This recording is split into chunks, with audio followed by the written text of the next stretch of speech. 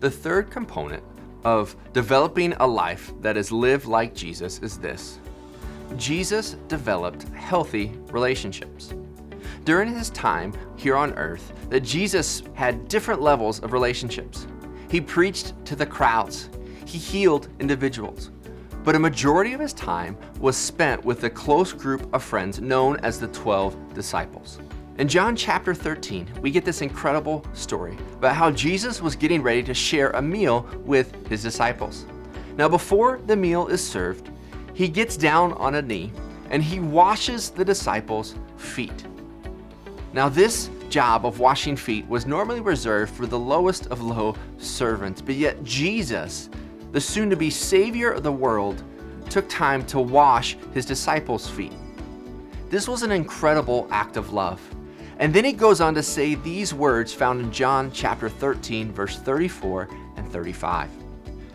"A new commandment I give to you, that you love one another. Just as I have loved you, you also are to love one another. By this, all people will know that you are my disciples if you have love for one another." Jesus developed healthy relationships through demonstration of love and service. In fact, in the New Testament, there are over 50 passages that are known as the one another passages. Things like forgive one another or to encourage one another. This is what it means to have healthy relationships.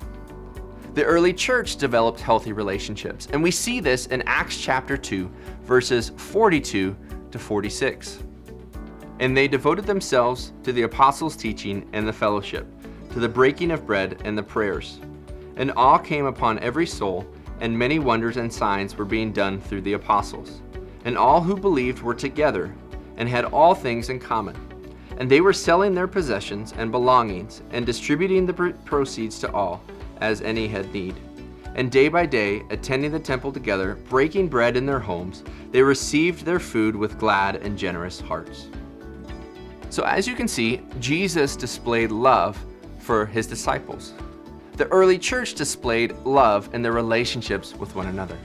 So how is it that we can have love in our healthy relationships and in our community?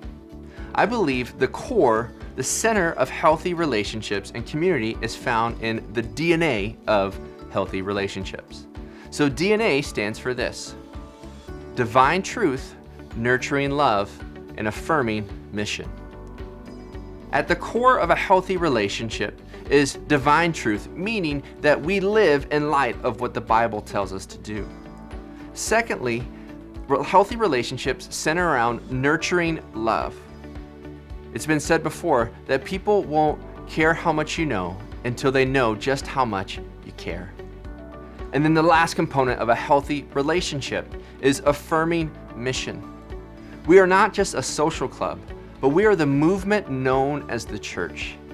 And that we should encourage one another, spur one another on to good works, and live out the Great Commission to go to the ends of the earth to make disciples.